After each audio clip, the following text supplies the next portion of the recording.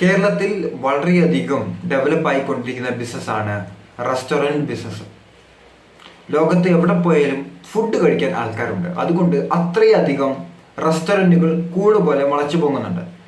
അത്രയും തന്നെ കോമ്പറ്റീഷനും ഈ മാർക്കറ്റിൽ നടക്കുന്നുണ്ട്. എങ്ങനെ റെസ്റ്റോറൻറ്റ് ബിസിനസ് ലാഭകരമാക്കാം എന്നതാണ് ഇന്നത്തെ ടോപ്പിക്. എൻ്റെ പേര് ആൽബിൻ, ബിസിനസ് കോച്ച്. കിടക്കാം. ആദ്യം റിസർച്ച് ചെയ്യുക. നമ്മുടെ റെസ്റ്റോറൻറ്റ് ഒരു ലൊക്കേഷൻ മാത്രം കേന്ദ്രീകരിക്കാതെ മൾട്ടിപ്പിൾ ലൊക്കേഷനിലോട്ട് ഇംപ്ലിമെൻറ്റ് ചെയ്യുക. അതിനെന്ത് വേണം? റിസർച്ച് ചെയ്യണം. റെസ്റ്റോറൻറ്റുമായി ബന്ധപ്പെട്ട് എന്തൊക്കെ വായിക്കാൻ കിട്ടുമോ അത്രയും കാര്യങ്ങൾ നമ്മൾ വായിക്കുക. അതിന് വായിക്കാൻ പറ്റുന്ന ഏറ്റവും മികച്ച സോഴ്സ് മാഗസീനുകൾ വായിക്കാം. അതേപോലെ തന്നെ ഇൻ്റർനെറ്റ് മുഖേന ബ്ലോഗുകൾ വായിക്കാം. റെസ്റ്റോറൻറ്റുമായി ബന്ധപ്പെട്ട ധാരാളം ബ്ലോഗുകൾ അവൈലബിൾ ആണ്. അത്തരം ബ്ലോഗുകൾ വായിച്ചുകൊണ്ട് ധാരാളം ഇൻഫർമേഷൻ കളക്ട് ചെയ്യുക. ആവശ്യമുള്ളത് നമ്മുടെ റെസ്റ്റോറൻറ്റിൽ ഇംപ്ലിമെൻറ്റ് ചെയ്യുക. ആ നോളജ് റെസ്റ്റോറൻറ്റ് ബിസിനസ്സിൻ്റെ ഗ്രോത്തിന് വേണ്ടി ഉപയോഗിക്കാൻ സാധിക്കും. അടുത്തത് ഫുഡ് വേസ്റ്റേജ് കുറയ്ക്കുക എന്നതാണ്. അതായത് റെസ്റ്റോറൻറ്റ് ബിസിനസ്സിൽ ഏറ്റവും കൂടുതൽ ലോസ് വരുത്തുന്നത് ഫുഡ് വേസ്റ്റേജ് ആണ്. അത് കൃത്യമായി മാനേജ് ചെയ്യാൻ സാധിച്ചു കഴിഞ്ഞാൽ നമുക്ക് ഒരു പരിധി വരെ ലോസ് നമുക്ക് കുറയ്ക്കാൻ സാധിക്കും. എങ്ങനെ നമുക്ക് കുറയ്ക്കാൻ സാധിക്കും? ആവശ്യത്തിന് മാത്രം പ്രൊഡക്ഷൻ ചെയ്യുക എന്നതാണ്. അതെങ്ങനെ? കൃത്യമായി ട്രാക്ക് ചെയ്യുക. അതായത് ഹോളിഡേയ്സിൽ എത്ര പ്രൊഡക്ഷനാണ് നമുക്ക് വേണ്ടി വരുന്നത്, അതേപോലെ തന്നെ വർക്കിംഗ് ഡേയ്സിൽ എത്ര പ്രൊഡക്ഷനാണ് വേണ്ടി വരുന്നത്, ഏതെങ്കിലും ഒരു സെപ്പറേറ്റ് ഓരോ ദിവസം എത്ര പോകുന്നുണ്ട്, അങ്ങനെ കാറ്റഗറൈസ് ബേസ് ചെയ്ത് കൃത്യമായി നമുക്ക് മാനേജ് ചെയ്യാൻ സാധിച്ചു കഴിഞ്ഞാൽ നമുക്ക് ഈ ഫുഡ് വേസ്റ്റേജ് ഒരു പരിധി വരെ നമുക്ക് കുറയ്ക്കാൻ സാധിക്കും, കൺട്രോൾ ചെയ്യാൻ സാധിക്കും. മൂന്നാമത്തത് ടെക്നോളജി ഇംപ്ലിമെൻറ്റ് ചെയ്യുക എന്നതാണ്. അതായത് കാര്യക്ഷമമാക്കി വർക്ക് ചെയ്യാനും കൂടുതൽ പ്രൊഡക്റ്റീവ് ആക്കാനും കൂടുതൽ സ്പീഡിൽ വർക്ക് ചെയ്യാനും നിങ്ങളുടെ റെസ്റ്റോറൻറ്റിൽ ടെക്നോളജി ഇംപ്ലിമെൻറ്റ് ചെയ്യുക. അങ്ങനെ വരുമ്പോൾ അത് കൂടുതൽ കാര്യക്ഷമമായി നമുക്ക് വർക്കൗട്ട് ചെയ്തെടുക്കാൻ സാധിക്കും. എന്തിനേറെ പറയുന്നു, ഇന്ന് ബിരിയാണി ഉണ്ടാക്കാൻ തന്നെ ഇന്ന് വ്യക്തികളുടെ ആവശ്യമില്ല, അല്ലെങ്കിൽ മാൻ പവറിൻ്റെ ആവശ്യമില്ല. വളരെ എളുപ്പത്തിൽ മെഷീൻ ഉപയോഗിച്ചുകൊണ്ട് നമുക്കത് ബിരിയാണി ഉണ്ടാക്കാൻ സാധിക്കും. അത്തരം ടെക്നോളജികൾ ഇന്ന് മാർക്കറ്റിലുണ്ട്. ഇനി ട്രാക്ക് ചെയ്യാനാണെങ്കിൽ അതിനും ടെക്നോളജി ഉണ്ട്. നമ്മുടെ ബിസിനസ്സിന് അല്ലെങ്കിൽ നമ്മുടെ റെസ്റ്റോറൻറ്റിന് എന്ത് ടെക്നോളജിയാണ് ആവശ്യമുള്ളത്, അത്തരം ടെക്നോളജികൾ ഉപയോഗിച്ച് മാൻ പവർ പരമാവധി കുറച്ച് മികച്ച രീതിയിൽ നമുക്ക് റെസ്റ്റോറൻറ്റ് ബിസിനസ് മുന്നോട്ട് കൊണ്ടുപോകാൻ സാധിക്കുകയാണെങ്കിൽ അത്തരം ടെക്നോളജികൾ ഇംപ്ലിമെൻറ്റ് ചെയ്തുകൊണ്ട് റെസ്റ്റോറൻറ്റ് മുന്നോട്ട് കൊണ്ടുപോകുക. അങ്ങനെ നമുക്ക് കൂടുതൽ പ്രോഫിറ്റിലോട്ട് എത്താൻ സാധിക്കും. അടുത്തതാണ് മാർക്കറ്റിംഗ് ചെയ്യുക എന്നത്. മാർക്കറ്റിംഗ് എന്ന് പറയുമ്പോൾ നോർമൽ മാർക്കറ്റിംഗ് എന്ന് ഉദ്ദേശിക്കുന്നത് സോഷ്യൽ മീഡിയ ഉപയോഗിച്ചുകൊണ്ട് നന്നായി മാർക്കറ്റിംഗ് ചെയ്യുക.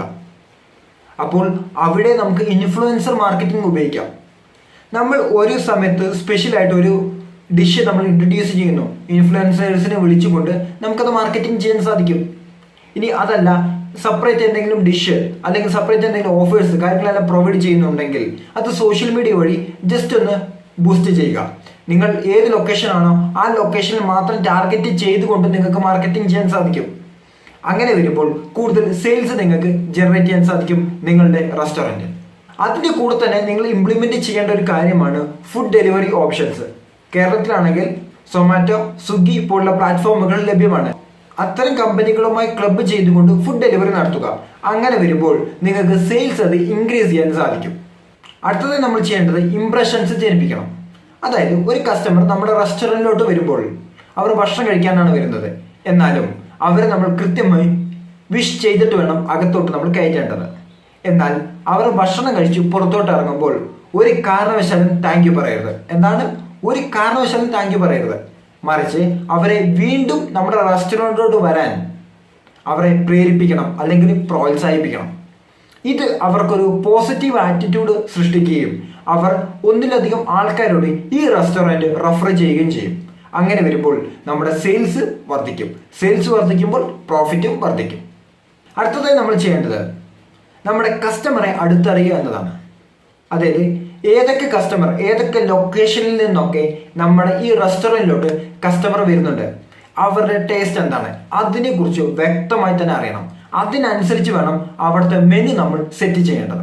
ഏതെങ്കിലും ഒരു സ്പെഷ്യൽ ആയിട്ടുള്ള ഡിഷുകൾ കൂടുതൽ പോവുകയും എന്നാൽ ചില ഡിഷുകൾ ഒട്ടും മൂവിങ് അല്ലാതെ ഇരിക്കുകയും ചെയ്യും. എന്നാൽ അത്തരം ഡിഷുകളെ റീവർക്ക് ചെയ്തുകൊണ്ട് പുതുതായിട്ട് ഇൻട്രൊഡ്യൂസ് ചെയ്യാൻ സാധിച്ചു കഴിഞ്ഞാൽ അത് നിങ്ങൾക്ക് മൂവിങ് ഇല്ലാത്ത ഡിഷ് പോലും നിങ്ങൾക്ക് കൂടുതൽ മൂവിങ്ങിലോട്ട് എത്തിക്കാൻ സാധിക്കും. അതേപോലെ തന്നെ കൂടുതൽ സെയിൽസ് നിങ്ങൾക്ക് ആ ഏരിയയിൽ നിന്ന് ജനറേറ്റ് ചെയ്യാൻ സാധിക്കുമെങ്കിൽ അതുകൂടെ ആയിക്കഴിഞ്ഞാൽ അത് നിങ്ങൾക്ക് വളരെയധികം ഗ്രോത്തിലോട്ട് എത്തിക്കും. അടുത്തതായി നിങ്ങൾ ചെയ്യേണ്ടത്, നിങ്ങൾക്ക് റെഗുലറായി ധാരാളം കസ്റ്റമേഴ്സ് വരുന്നുണ്ടാവും. അവരെ നിങ്ങൾ കൃത്യമായി ട്രീറ്റ് ചെയ്യണം. എങ്ങനെ ട്രീറ്റ് ചെയ്യണം? അവർക്ക് വേണ്ടിയിട്ട് സ്പെഷ്യൽ ഓഫേഴ്സുകൾ, കൂപ്പൺസുകൾ, റിവാർഡ് പോയിന്റുകൾ, നിങ്ങളുടെ റെസ്റ്റോറൻറ്റിൽ നിന്ന് നിങ്ങളുടെ സ്ഥിരമായി വരുന്ന കസ്റ്റമേഴ്സിന് റിവാർഡ് പോയിന്റും ലോയൽറ്റി പോയിന്റൊക്കെ കടക്കുമ്പോൾ അവർ നിങ്ങളുടെ ഫേവറേറ്റ് കസ്റ്റമർ അല്ലെങ്കിൽ നിങ്ങളുടെ പ്രീമിയം കസ്റ്റമർ ആണ് എന്നൊരു ടെൻഡൻസി അവർക്ക് സൃഷ്ടിക്കാൻ സാധിക്കും. ഇങ്ങനെ റിവാർഡ് പോയിന്റും ലോയൽറ്റി പോയിന്റൊക്കെ കൊടുക്കുമ്പോൾ ഒരു നിശ്ചിത പോയിന്റ് കഴിഞ്ഞു കഴിഞ്ഞാൽ അവർക്ക് ഫ്രീ ആയിട്ട് ഡിഷ്, ക്യാഷ് ബാക്കുകൾ, ഡിസ്കൗണ്ട് ഇതേപോലുള്ള കാര്യങ്ങൾ കൊടുക്കുമ്പോൾ അവർ വീണ്ടും വീണ്ടും നമ്മുടെ റെസ്റ്റോറൻറ്റ് വരികയും അവരുടെ സുഹൃത്തുക്കളെയും ഫാമിലി മെമ്പേഴ്സിനെയും ഫ്രണ്ട്സിനെയും എല്ലാം കൂടെ നമ്മുടെ റെസ്റ്റോറൻറ്റ് കൊണ്ടുവരികയും അത് നമുക്ക് കൂടുതൽ വോളിയം സെൻഡ് ചെയ്യാനും നമുക്ക് സാധിക്കും. അത് അവരിലേക്കും കൂടിയുള്ളൊരു മാർക്കറ്റിംഗ് സ്ട്രാറ്റജി ആയിരിക്കും. അടുത്തതായി നിങ്ങൾ ചെയ്യേണ്ട ഒരു കാര്യമാണ് കൃത്യമായി സ്റ്റാഫിന് ട്രെയിനിങ് കൊടുക്കുക എന്നത്. റെസ്റ്റോറൻറ്റ് ബിസിനസ്സിൽ കൃത്യമായും സ്റ്റാഫ് എങ്ങനെ കസ്റ്റമേഴ്സിനോട് ഇടപഴകണം എന്നതിനെ കുറിച്ചും എന്തൊക്കെ കാര്യങ്ങൾ ചെയ്യണം ചെയ്യരുത് എന്നതിനെ കുറിച്ചും കൃത്യമായിട്ട് സ്റ്റാഫിന് ട്രെയിനിങ് കൊടുക്കേണ്ടത് അത്യാവശ്യമാണ്. എന്നാൽ ആ സ്റ്റാഫ് കൃത്യമായി എഫക്റ്റീവായി നമ്മുടെ റെസ്റ്റോറൻറ്റിന് വേണ്ടി വർക്ക് ചെയ്യുകയും അത് നമുക്ക് കൂടുതൽ റിസൾട്ടിലോട്ട് എത്തിക്കുകയും ചെയ്യും. ഇത്തരം ആക്ടിവിറ്റികൾ നിങ്ങളുടെ റെസ്റ്റോറൻറ്റിലും വർക്കൗട്ട് ചെയ്യുക. അത് നിങ്ങളുടെ റെസ്റ്റോറൻറ്റിനെ കൂടുതൽ ഗ്രോത്തിലോട്ട് എത്തിക്കാനും പ്രോഫിറ്റിലോട്ട് എത്തിക്കാനും സഹായകരമായി തീരും. ഫോളോ ചെയ്യുക.